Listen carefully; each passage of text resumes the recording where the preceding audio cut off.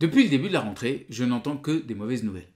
Les annonces de coupes budgétaires, de restrictions budgétaires, les annonces de report, voire d'annulation pure et simple de projets, les annonces aussi de fin du télétravail, tout le monde au boulot, je ne veux plus voir qu'une seule tête, et venez pas me casser les pieds avec la déconnexion numérique.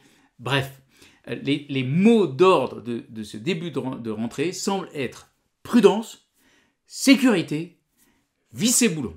L'avantage de faire du coaching et de la formation depuis plus de 20 ans, dans les plus grands groupes français, c'est d'avoir accès aux meilleurs dans leur domaine. Et donc, j'ai appelé cette semaine un des meilleurs banquiers privés de France, qui est devenu quelqu'un d'assez proche, et je lui ai dit, dis donc, j'ai une question, est-ce que c'est vraiment la cata ? Il me dit, de quoi tu parles ? Je lui ai dit, je lis des choses sur Internet qui disent que c'est la crise, il y en a d'autres qui disent que non, pas tout à fait, on parle d'incertitude internationale, etc. Bref, est-ce que, oui ou non, c'est la cata ? Et sa réponse m'a finalement fait très plaisir parce qu'elle était claire. Sa réponse était simple, c'est oui, c'est la crise et on en a pour au moins jusqu'à la fin de l'année. Et finalement, face à cette confirmation de très mauvaises nouvelles, depuis hier, je suis super excité. Pourquoi ?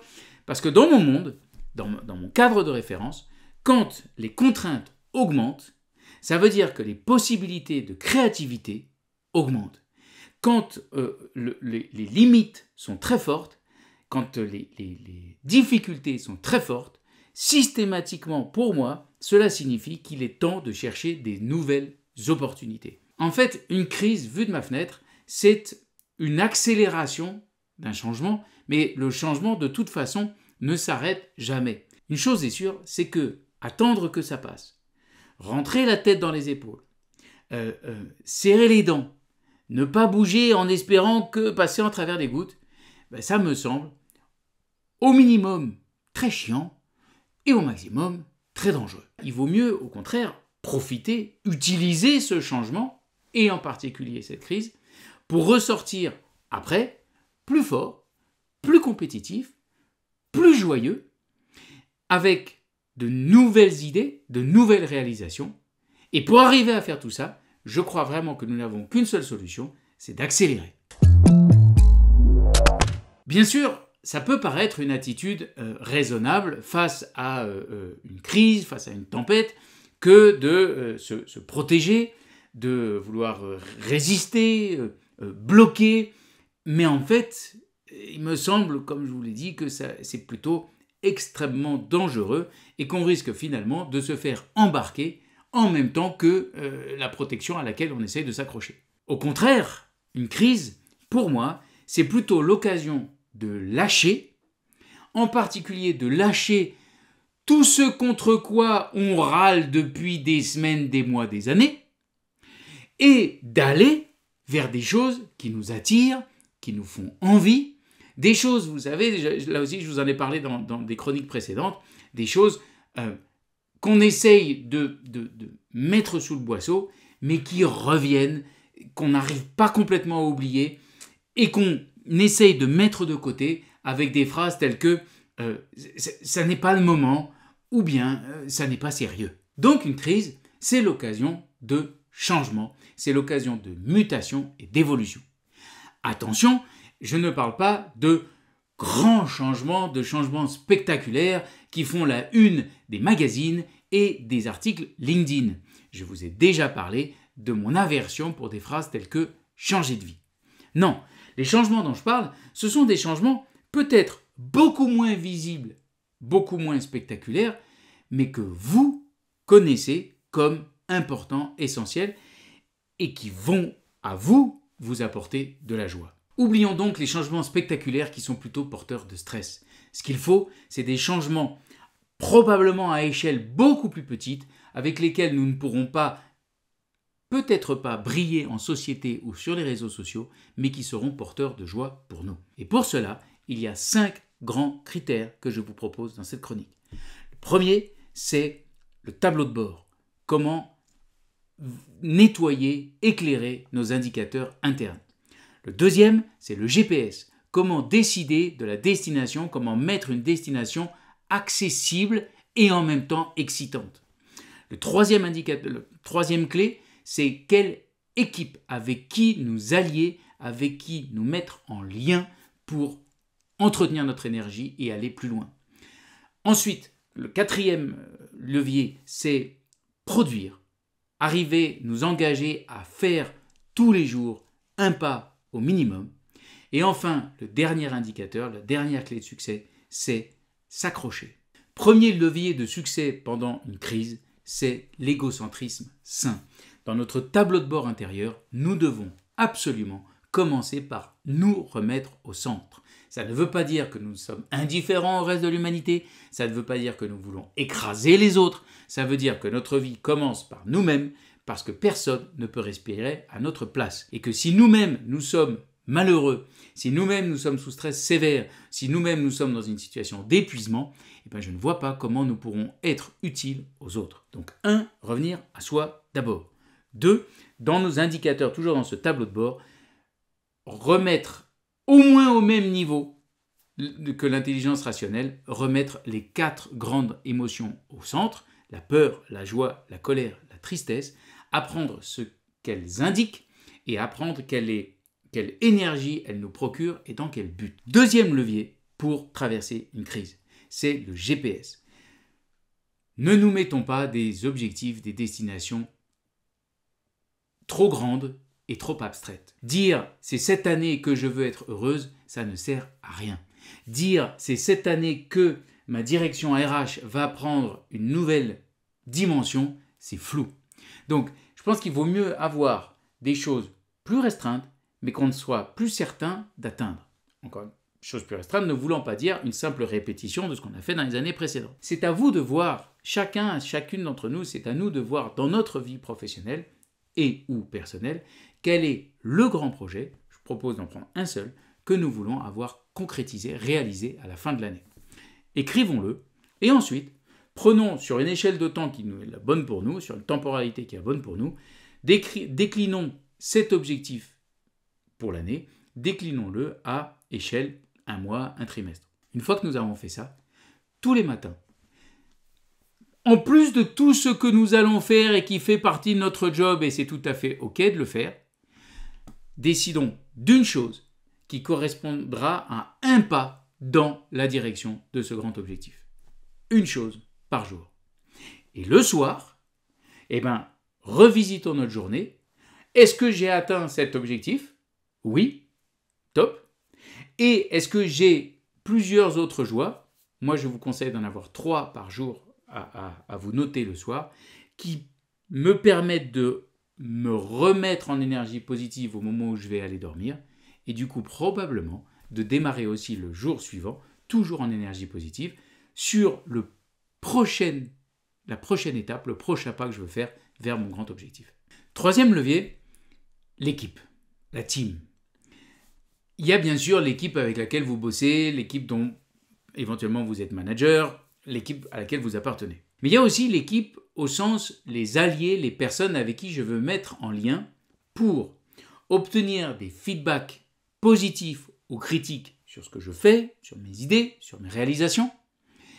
Et là aussi, je vous en ai parlé cette semaine, des feedbacks qui visent toujours ce que je fais et jamais qui je suis, qui visent toujours mes réalisations, mes idées, mes créations, jamais ma personnalité, mon engagement, mes valeurs. Autre critère de choix pour les personnes dont vous allez vous entourer, le test que Austin Kleon appelle le test du vampire. Dans les personnes que vous rencontrez, une fois que vous les laissez, une fois que vous les quittez, regardez quel est votre niveau d'énergie. Si votre niveau d'énergie est égal ou supérieur à celui que vous aviez avant de commencer à vous entretenir avec ces personnes, alors ces personnes sont bonnes pour vous. Si votre niveau d'énergie est inférieur à celui que vous aviez au moment où vous avez commencé à discuter avec elles, alors ces personnes ne sont pas bonnes pour vous. C'est ce que Austin Kleon appelle les personnes vampires. Qu'est-ce qu'on fait dans ces cas-là ? On coupe les liens avec les personnes qui sont des aspirateurs d'énergie, qui se nourrissent de votre créativité, de vos énergies, et en faisant ça, on donne de la place à d'autres personnes qui, elles, seront plutôt nourrissantes pour nous. Quatrième levier, produisez. osez, faites. Pour cela, n'attendez pas que ce soit parfait. Pour cela, ne vous dites pas « je ne pourrai en parler, je ne pourrai le montrer que lorsque ce sera complètement peaufiné, léché, accompli ». Non, c'est en forgeant qu'on devient forgeron, dit la sagesse populaire. Cette semaine, j'ai beaucoup regardé de vidéos sur un monsieur que j'admire profondément, qui s'appelle Kilian Jornet. Si vous n'en avez jamais entendu parler, c'est un Espagnol qui est probablement un des meilleurs trailers au monde, sinon le tout meilleur. Et trailer, donc les courses dans la nature et en particulier en montagne. Et pendant l'été, il a relevé un défi qui paraît martien, qui est de franchir les 82 sommets de plus de 4000 mètres dans les Alpes, sans aucune assistance motorisée, c'est-à-dire qu'il le faisait soit à pied, soit en vélo entre deux sommets. Et il a fait tout ça en 19 jours. C'est-à-dire qu'il a divisé le record précédent par 2. Ce qui me fascine dans cette performance, en dehors de la résistance physique simple, c'est que Kilian Jornet, quand il parle de ses succès, il insiste énormément sur le fait qu'il n'a justement rien de surhumain, il a simplement beaucoup plus fait que tous les autres. En 2008, il était interviewé dans une émission de télé française et le journaliste lui posait une question peut-être un peu simpliste, mais finalement qui était assez intéressante. Il disait « mais comment ça se fait que vous arrivez à faire ce que vous faites et comment nous, on n'arrive pas à faire ce qu'on fait ?» Et Kilian Jornet lui répond « aujourd'hui, on veut toujours les choses pour demain. Si on veut être bon dans quelque chose, si on veut faire une activité, il faut y passer des années. Il faut être passionné. » Et il continue en disant « il ne faut pas attendre des résultats immédiats, mais il faut être capable, il faut être patient pendant des années. » Et je pense que c'est ça aussi qui est important pour nous. C'est-à-dire que produire en abandonnant l'idée de faire des choses parfaites, et même en abandonnant l'idée de faire des choses excellentes, top, du premier coup. Si vous voulez arriver à traverser un changement, eh bien, il faut donner un coup de rame après l'autre. Il faut faire un pas après l'autre. Dans mon activité, c'est pour ça que j'ai décidé cette année, je me suis lancé le défi de faire un article par jour. Pourquoi ? Justement parce que je me suis dit que comme ça, j'allais creuser mes sujets beaucoup plus en profondeur. Et puis aussi parce que je me suis dit qu'avec un article par jour, il n'y avait pas moyen que j'y passe des heures. J'ai trop de boulot. Et donc, avec un article par jour, ce que j'allais faire, c'est m'assouplir, me muscler dans mon boulot. Et en même temps, impossible de me raidir en attendant que ce soit parfait avant de le publier. Donc, un article par jour pour moi, et en même temps, de nouveaux projets, de nouvelles activités. Par exemple, une activité de coaching express, de coaching rapide en 30 minutes. 5e et dernier levier que je vous propose aujourd'hui pour traverser une crise, pour traverser un processus de changement. C'est the grit, comme disent les Américains, ou en français, s'accrocher. S'accrocher, mais attention, pas uniquement en tension, pas en serrant les dents, en tendant les muscles, en s'arc-boutant. Non, s'accrocher en mouvement, continuer, persister, avancer. Encore une fois, je vous ai parlé de une chose par jour en ne coupant jamais la chaîne. C'est-à-dire que vraiment, tous les jours, que vous ayez consciemment réalisé même un micro-pas dans la direction de ce que vous voulez atteindre cette année.